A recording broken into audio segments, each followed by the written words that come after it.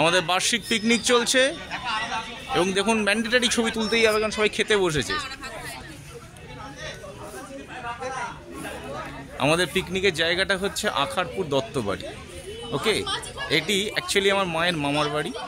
তো আমরা বছরে একবার করে এখানে মিলিত হই সবার এতে, সবার এটা একটা পিকনিক কাম একটা মিলন উৎসব বলাটাই ভালো। চলুন আমার মুখ বেশি দেখাবো না, আপনাদের সবার মুখ দেখাই। আমাদের প্রত্যেক বছরের একটা সুন্দর মিলন উৎসব হয় এবং কারুর ইনি হচ্ছেন আমার গ্রেট সিস্টার। হ্যালো,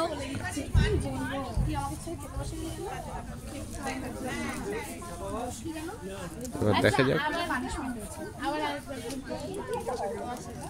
কার পিছনে লাগা যায়, দেখি। দাঁড়ান, কাকে কাকে খাওয়ার সময় বিরক্ত করা যায়। এই যে আমার বোন খাচ্ছে, আপনারা দেখুন, পিকনিকে খেতে বসেছে। ম্যান্ডেটারি ছবি প্রত্যেকের হয় বিয়ে বাড়ি আর পিকনিকে। গুড। না না, খাবার ভালো হয়েছে বলে লাভা যে তেলো মামা কোথায়, খাবার নো ডাউট ভালো হয়েছে। কি বলছে সেটা? হ্যাঁ, আমার জামাই পাত খালি মাছ খাও, মাছ এক পিস খেয়ে নিস। কোন জায়গায়? এখানে দেখে বোঝা যাচ্ছে ভারতবর্ষ কেন আম্বানি এত বড় লোক। দেখুন প্রত্যেকে মোবাইলে ব্যস্ত মানে প্রত্যেকে ইন্টারনেট ব্যবহার করে, ঠিক আছে? এই কারণে অনন্ত আম্বানির বিয়ে হচ্ছে 1 মাস ধরে, খরচা দিচ্ছে কিন্তু এরা। অ্যাকচুয়ালি এটা পিকনিকের থেকেও আমাদের বার্ষিক একটা মিলন উৎসব। আজকে আমরা একজনকে খুব মিস করছি, সে হচ্ছে সুবীর মামা। তিনি নেই, বেড়াতে গেছেন এক জায়গায়, নাহলে তিনিও থাকতেন। এটার মধ্যে সব রকম ফেসিলিটি যুক্ত একটা বাড়ি। না না, আমি উল্লেখ করে দিয়েছি বাবা, কোনো চাপ। যেখানটায় দাঁড়িয়ে আছি আমার পিছন দিকটা দেখুন, একটা পুরনো জমিদার বাড়ি। এটা ছিল দত্তদের বাড়ি। এই সেই বাড়ি, সেই দালান, এর পিছন দিকে বাগান। বাড়িটার মধ্যে ঢুকতে সাহস হচ্ছে না, জানি না ভেতরে সাক্ষ্য আছে কিনা।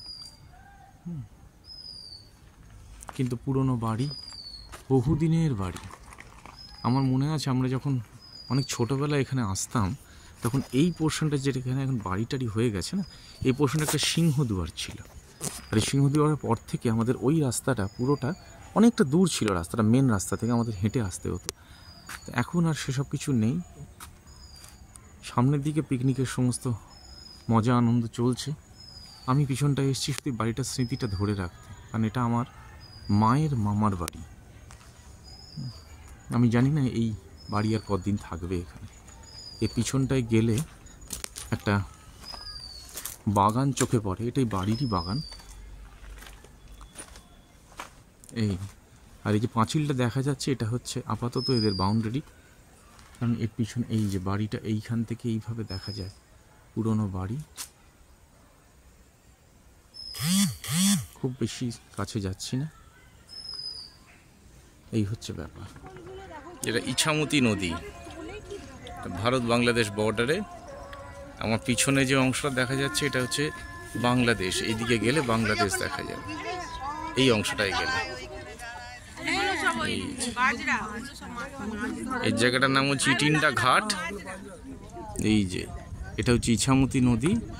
এই যে দূরে যে নৌকোগুলো দাঁড়িয়ে আছে, এই নৌকোগুলো হচ্ছে ভারত বাংলাদেশ ট্রেডের নৌকো। এটা থেকে ভারত বাংলাদেশে বাণিজ্য হয়। এই দিকটা হচ্ছে ভারতবর্ষ, এই যে সোজা যেদিকে যাচ্ছে এই দিকটা হচ্ছে ভারতবর্ষ। আর এদিকে যদি ইছামতির ওপারটা দেখা যায়, সেটা হচ্ছে ইটিন্ডা ঘাট। যেখানে দাঁড়িয়ে আছি সেই জায়গার নাম হচ্ছে আখারপুর। আর এই দিকে যদি সোজা চলে যাওয়া যায় তাহলে এই পোর্শনটা, এই দিকটা হচ্ছে বাংলাদেশ। যে কোস্টগার্ডের নৌকো দেখা যাচ্ছে, এই দিকটা হচ্ছে বাংলাদেশ। এই কোস্টগার্ডের নৌকোটার ছবি তোলা বারণ বলে বেশ এ করতে পারছি না। এই যে দূরে যে নৌকোটা যাচ্ছে ওটা হচ্ছে ভারতের নৌকো, তার কারণ হচ্ছে ওর ওপরে ভারতের পতাকা উঠছে। এইভাবে ভারত বাংলাদেশ বর্ডারে ভারতের নৌকো, বাংলাদেশ নৌকো বোঝা যায় আর কি। এখন যেহেতু বাংলাদেশের সঙ্গে আমাদের একটা খটাখটি চলছে, তাই বাংলাদেশ নৌকো করে দেখা যাচ্ছে না, নাহলে আগে এই অংশটা একটু দেখা যেত আর কি।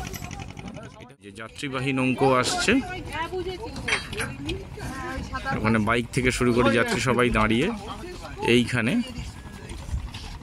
এই ঘাটের কাছে এসে নৌকোটা ভিড়বে।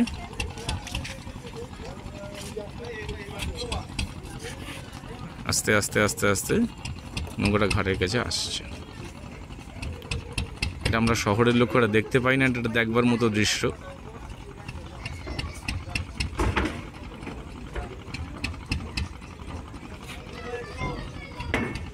স্মুথলি আস্তে আস্তে আস্তে নৌকাটাকে ঘাটে এনে ভেড়ানোটা একটা খুব বড় ফ্যাক্টর।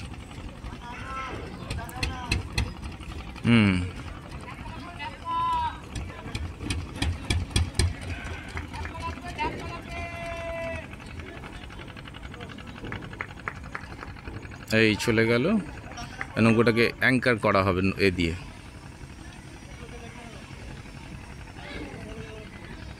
এই ধরে থাকবে নৌকাটাকে টেনে, বা যাত্রীরা একে একে নামবে। এটা একটা সুন্দর দেখার মতো দৃশ্য।